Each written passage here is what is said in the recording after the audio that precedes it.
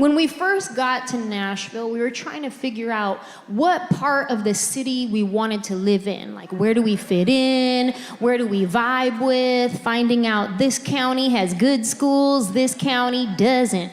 This county believes in COVID, this county doesn't.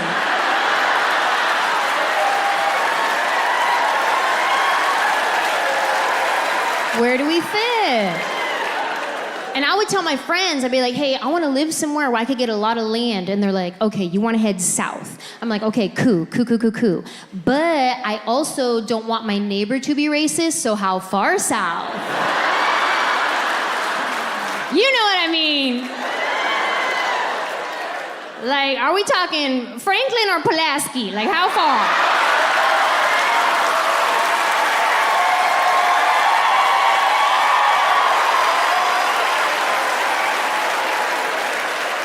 Because when you get to the deep, deep south, it's scary. I've seen movies. I'm not trying to do that. I mean, if they have a TJ Maxx there, I will pray about it. And I'm a good neighbor. Like State Farm, I'm there. I love my neighbors. I'm the one that has everybody's phone number. And if I haven't seen you in a while, I will send you a text. Are you good? Do I need to do a welfare check? I got your back. Because I love my neighbors. Every holiday season, I'm gonna get my neighbors a gift. Not the whole neighborhood, just the houses I can see from a front window. Because I love my neighbors, as long as they love me. And I know that's not how the Bible verse goes. But that is my interpretation. This is not the New King James Version. This is a new Queen Angela version. This is Angela 5:14. Do unto me as you want to get done. That's how you say amen in my Bible.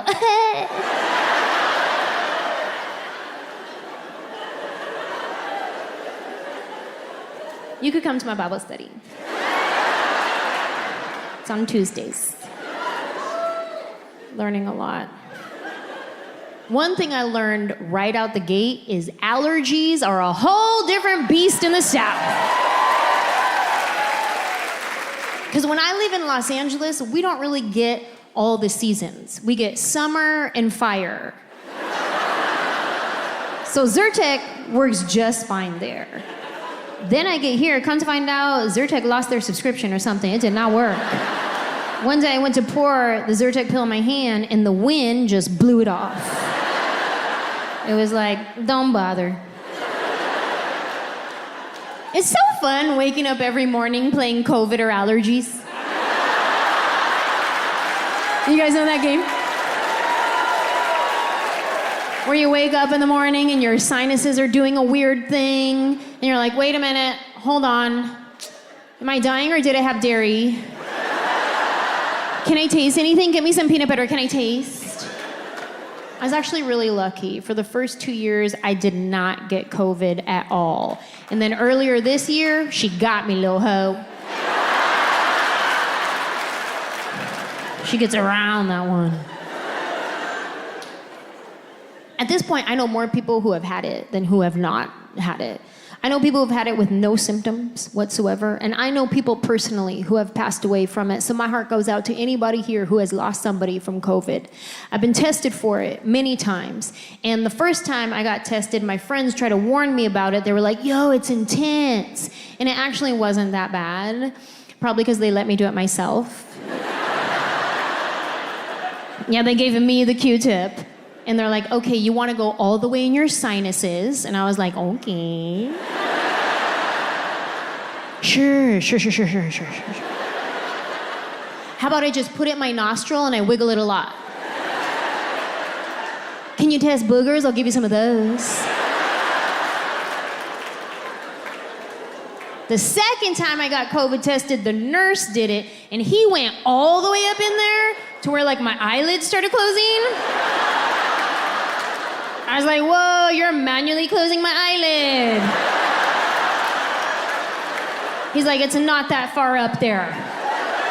I was like, nah, bro, you're in my brain. Like, you're giving basic commands at this point.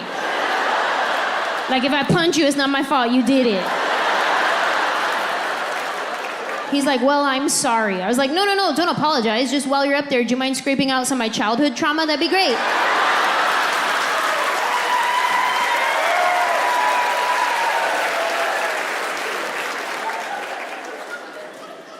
Could you imagine if that was a real option? Get your childhood trauma scraped out with a COVID test? You'd catch me at the CVS pharmacy drive-thru like once a week. Of the city we wanted to live in. My husband and I were staying in a studio apartment. Now, I don't know if anybody here has ever lived in a studio apartment before, but when you're young and single, that's banging. It's convenient. Like, you'll be in your living room watching TV, you're like, you know what? I'm tired. I want to go lay down in the bedroom. Boom, already there.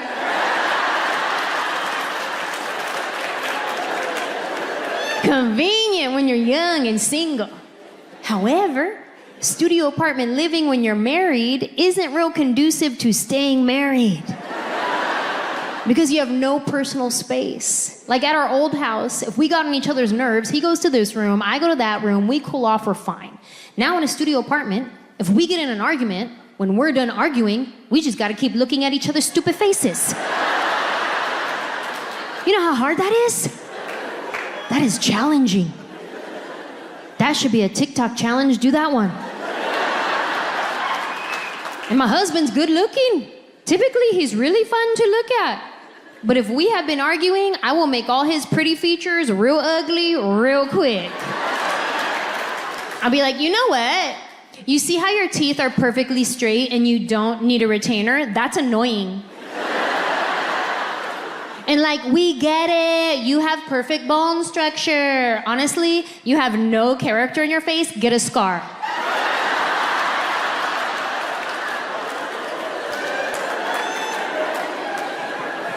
If we get into an argument, my husband doesn't want to call it an argument. He wants to call it a talkament. Just the fact that he wants to call it a talkament, to me, now we're in a full-blown argument. He wants to call it a talkament because he wants to talk it out. Let's get to the bottom of it. Let's get to the root of the problem. And when my husband talks it out, he likes to talk in circles. Circles are his favorite shape. He likes to say the same thing he just said, but a little bit differently. Because he's talking it out. And when my husband talks it out, he likes to ask a lot of questions. Questions. He thinks he's being inquisitive. I think that I'm on the stand and I need to defend myself in a court of law. Questions. Yeah, I know you said that, but why? No, I know that's what you said, but why? I don't know why. Yes, you do. Objection, badgering a witness. He's like, overruled, but why? No, I know that's what you said, but why? Because that's how I feel. Okay, that's your feelings, but what's your facts, though? That's how you feel, but what are your facts to support your feelings? Oh, you're stupid, that's my facts.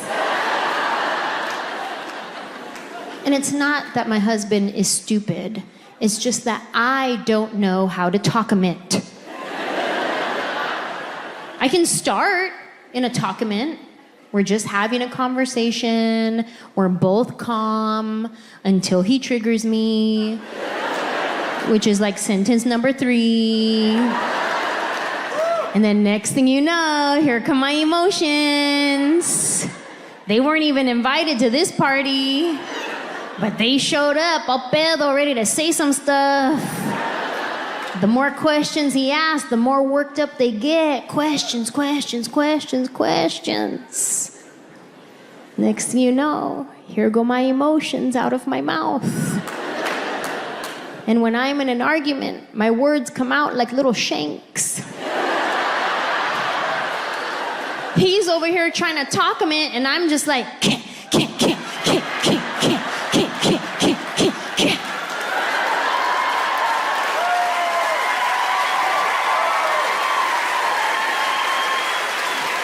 And now I have a bloody word massacre to clean up.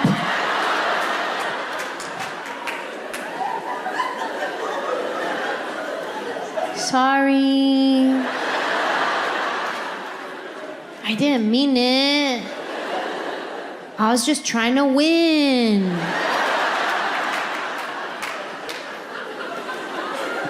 My therapist hates that joke.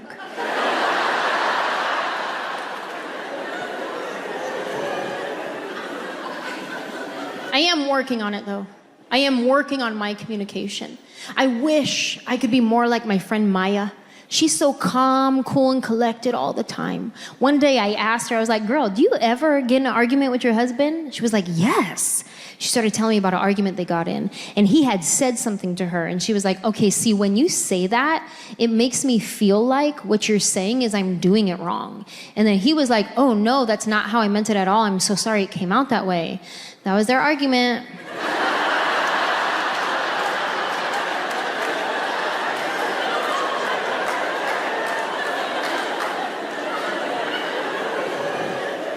I'm sorry, what? How do you do that? Like, how many COVID swabs do you need up there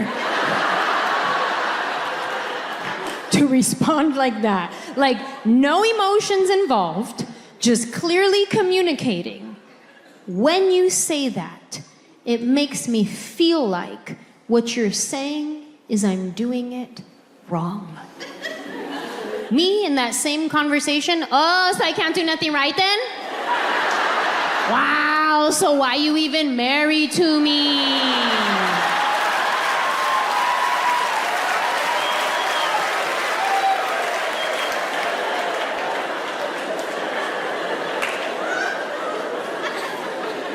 I'm working on it.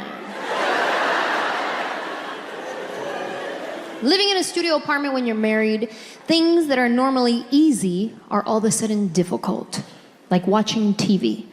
In a studio apartment, you have to both want to watch TV at the same time.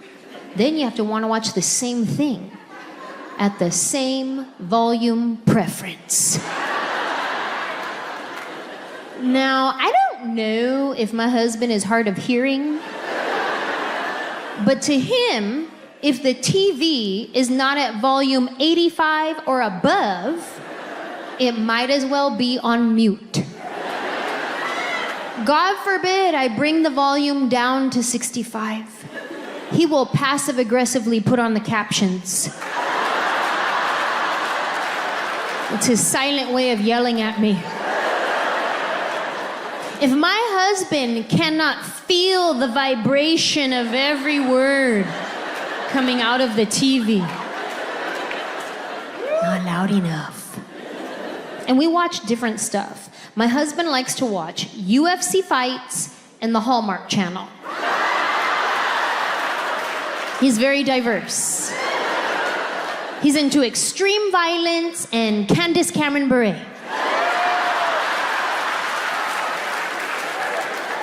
Me, I just want to watch anything murdery, rapey. Those are my shows.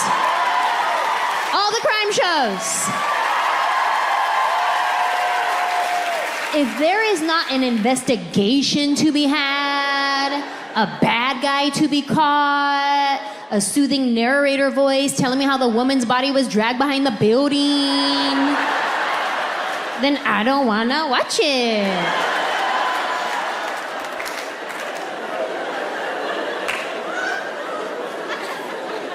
I like all the crime shows.